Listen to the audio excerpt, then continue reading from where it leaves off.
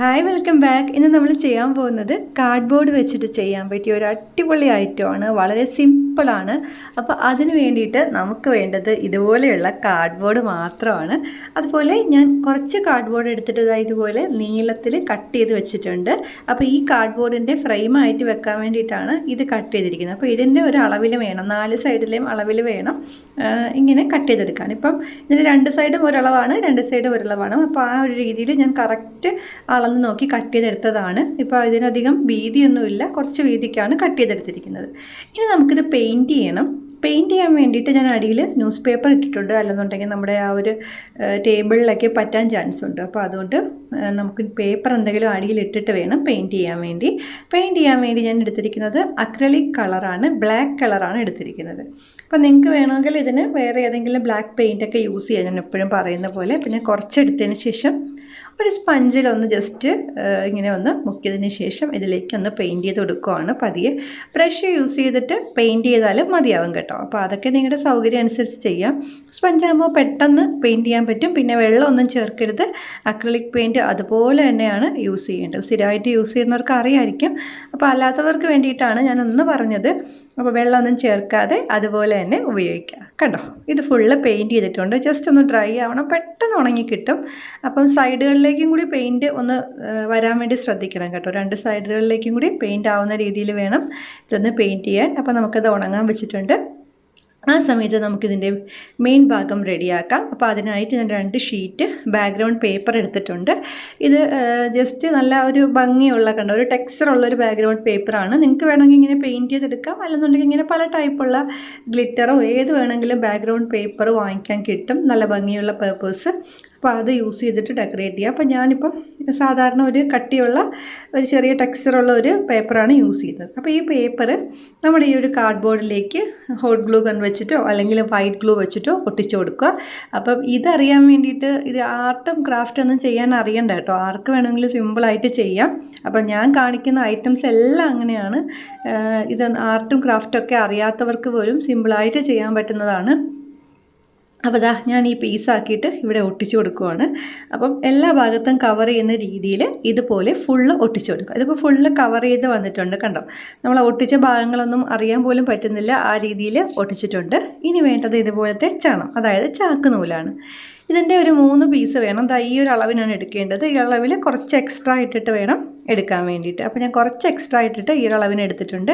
അപ്പോൾ ഇതുപോലെ 3 പീസ്, ഒരേപോലത്തെ 3 പീസാണ് എടുത്തിരിക്കുന്നത്.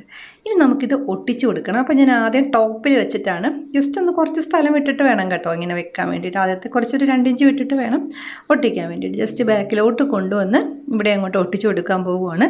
ഒട്ടിക്കാൻ വേണ്ടി നിങ്ങൾക്ക് സെല്ലോ ടേപ്പ് ഉപയോഗിക്കാം, അല്ലെന്നുണ്ടെങ്കിൽ ഹോട്ട് ഗ്ലൂ ഗൺ വെച്ചിട്ട് തന്നെ കുറച്ച് ഗ്ലൂ തേച്ച് കൊടുത്തതിന് ശേഷം ഇങ്ങനെ ഒട്ടിക്കാം. അപ്പോൾ എൻ്റെ കയ്യിൽ hot glue gun already glue ചൂടാക്കിയതുള്ളത് കൊണ്ട് ഞാനിങ്ങനെ ഇത് തന്നെ വെച്ചിട്ട് ഒട്ടിക്കുകയാണ്. സെല്ലോ ടേപ്പ് വെച്ച് ഒട്ടിച്ചാലും മതിയാവും കേട്ടോ. നല്ല കുറച്ച് കട്ടിക്ക് സെല്ലോ ടേപ്പ് എടുത്ത് ഒട്ടിക്കണമെന്നേ ഉള്ളൂ, കറക്റ്റ് അത് ഇരിക്കാൻ വേണ്ടിയിട്ടാണ്.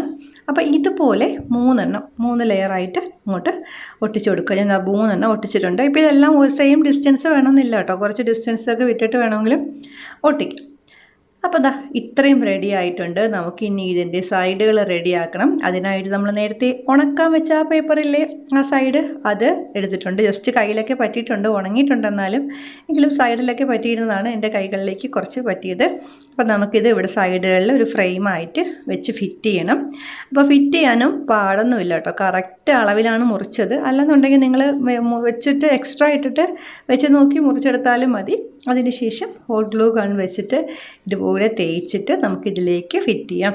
ഫിറ്റ് ചെയ്യുമ്പോൾ വളഞ്ഞു പോകാതെ ശ്രദ്ധിക്കണം. അതുപോലെ തന്നെ അകത്തേക്ക് കയറിയിരിക്കാതെ ശ്രദ്ധിക്കണം. നമ്മുടെ ഫ്രെയിം ജസ്റ്റ് കവർ ചെയ്യുന്ന രീതിയിൽ ആ ഓറഞ്ച് ഭാഗമൊന്നും സൈഡിൽ കാണാത്ത രീതിയിൽ വേണം വെച്ചിട്ട് ഒട്ടിച്ചു കൊടുക്കാൻ. അതുപോലെ 4 സൈഡും ഒട്ടിക്കുക. ഇപ്പോൾ 4 സൈഡിലും കറക്റ്റ് അളവ്, 2 സൈഡ് ഒരുപോലെയും 2 സൈഡ് ഒരുപോലെയാണ് ഞാൻ മുറിച്ച് എടുത്തിരിക്കുന്നത്. അപ്പോൾ ഫുള്ള് ഇതുപോലെ നന്നായിട്ട് ഒട്ടിച്ചെടുക്കുക. എല്ലാം ഹോട്ട് ഗ്ലൂ ഗൺ വെച്ചിട്ടാണ്. ഫെവിക്കോൾ വെച്ചിട്ട് നിങ്ങൾക്ക് ഒട്ടിക്കാവുന്നതാണ്. കുറച്ച് ഉണങ്ങാൻ സമയം എടുക്കുന്നേ ഉള്ളൂ ഫെവിക്കോളാണ് യൂസ് ചെയ്യുന്നതെന്നുണ്ടെങ്കിൽ.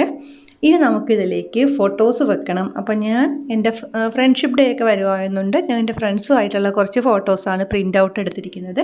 ഇത് പ്രിൻ്റ് ഔട്ട് എടുത്തതിന് ശേഷം ഒരു കളർ പേപ്പേഴ്സിലേക്ക് ജസ്റ്റ് ഒന്ന് ഒട്ടിച്ചു കൊടുത്തിരിക്കുകയാണ്. അപ്പോൾ ഒരു ബാക്ക്ഗ്രൗണ്ടിനൊരു ഭംഗി കിട്ടും.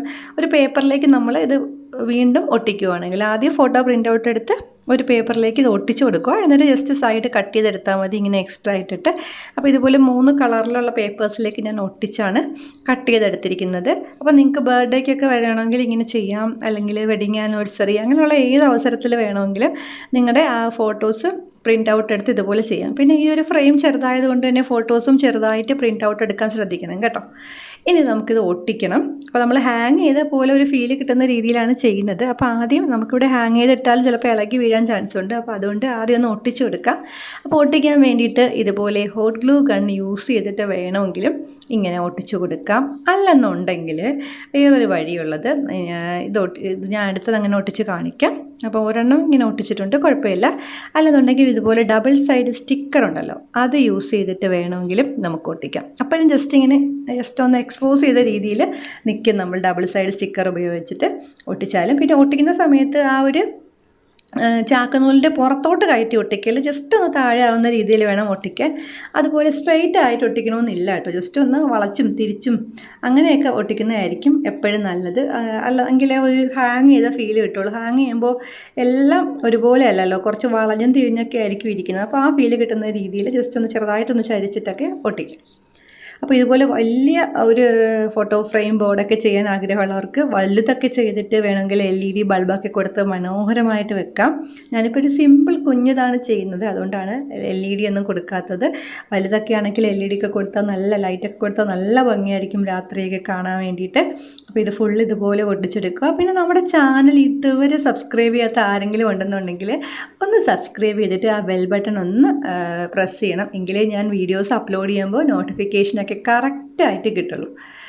അപ്പോൾ എന്താ, ഞാൻ ഏകദേശം ഒട്ടിച്ച് കഴിഞ്ഞിട്ടുണ്ട്. മുകളിലത്തെ ഫോട്ടോസ് കുറച്ച് വലുതായതുകൊണ്ട് 2 എണ്ണം മാത്രമേ ഒട്ടിച്ചിട്ടുള്ളൂ. അപ്പോൾ താഴത്തെ ഒട്ടിക്കുന്ന ഫോട്ടോസ് കുറച്ച് കുഞ്ഞു ഫോട്ടോസാണ്. അപ്പോൾ അതുകൊണ്ട് ഞാൻ 3 എണ്ണം ഒട്ടിച്ചിട്ടുണ്ട്. അപ്പോൾ നിങ്ങൾ കറക്റ്റ് സൈസ് നോക്കിയിട്ട് ഇങ്ങനെ ലെയർ ആക്കുമ്പോൾ എത്ര അളവിലാണ് ഫോട്ടോ എടുക്കേണ്ടതെന്ന് ആദ്യം മനസ്സിലാക്കണം. അതിനുശേഷം വേണം ഫോട്ടോ പ്രിൻ്റ് ഔട്ട് എടുക്കാൻ. അല്ലാതെ വലുതായിട്ട് പ്രിൻ്റ് ഔട്ട് എടുത്തിട്ട് വന്നാൽ ഒരെണ്ണേ നമുക്ക് ഇതിനകത്തേക്ക് ഒട്ടിക്കാൻ പറ്റുള്ളൂ. അപ്പം നമ്മൾ ചെറുതാണ് ചെയ്യുന്നുണ്ടെങ്കിൽ കുഞ്ഞുതായിട്ട് ഇതുപോലെ പ്രിൻ്റ് ഔട്ട് എടുക്കുക. അപ്പോൾ ഞാൻ ഫുള്ള് ഒട്ടിച്ച് കൊടുത്തിട്ടുണ്ട്. അപ്പോൾ നിങ്ങൾക്ക് വേണമെന്നുണ്ടെങ്കിൽ എന്തെങ്കിലും ഹെഡിങ് ഒക്കെ എഴുതണമെന്നുണ്ടെങ്കിൽ അതൊക്കെ പ്രിൻ്റ് ഔട്ട് എടുത്തോ അല്ലെങ്കിൽ എഴുതിയൊക്കെ വെക്കാം കേട്ടോ. അപ്പോൾ ഞാനിപ്പോൾ ഹെഡിങ് ഒന്നും എഴുതുന്നില്ല. പിന്നെ ഹാങ് ചെയ്യുന്ന ഒരു ഫീല് കിട്ടാൻ വേണ്ടിയിട്ട് ജസ്റ്റ് ഇങ്ങനെ സ്റ്റിക്കേഴ്സ് ഒട്ടിച്ച് കൊടുക്കുന്നുണ്ട്. അല്ലെങ്കിൽ കാർഡ്ബോർഡിൽ കുഞ്ഞു പീസ് വെട്ടിയതിന് ശേഷം ഹോട്ട് ഗ്ലൂ ഗൺ വെച്ചിട്ട് ഒട്ടിച്ച് കൊടുത്താലും മതി. പിന്നെ ഇതുപോലത്തെ ക്ലിപ്പ് ചെറുത് വാങ്ങിക്കാൻ കിട്ടും, മിനി ക്ലിപ്പ്, അത് വാങ്ങിച്ചിട്ട് വേണമെങ്കിലും ഒട്ടിക്കാം. അപ്പോൾ ഞാൻ ജസ്റ്റ് ഒരു ഗ്ലിറ്റർ പേപ്പറിൻ്റെ ഒരു തുണ്ട് വെച്ചിട്ടാണ് ഇങ്ങനെ ഒട്ടിച്ച് കൊടുത്തിരിക്കുന്നത്. അപ്പോൾ നമ്മുടെ ആ ഒരു ഫോട്ടോ ഒരു ഹാങ്ങിങ് ഫ്രെയിം റെഡി ആയിട്ടുണ്ട്. അപ്പോൾ എല്ലാവരും ട്രൈ ചെയ്ത് നോക്കണം. ഇഷ്ടപ്പെടുന്നുണ്ടെങ്കിൽ നമ്മുടെ ചാനൽ സബ്സ്ക്രൈബ് ചെയ്യണം, ലൈക്ക് ചെയ്യാനും കമൻറ്റ് ചെയ്യാനും ഷെയർ ചെയ്യാനും മറക്കരുത്. Thank you.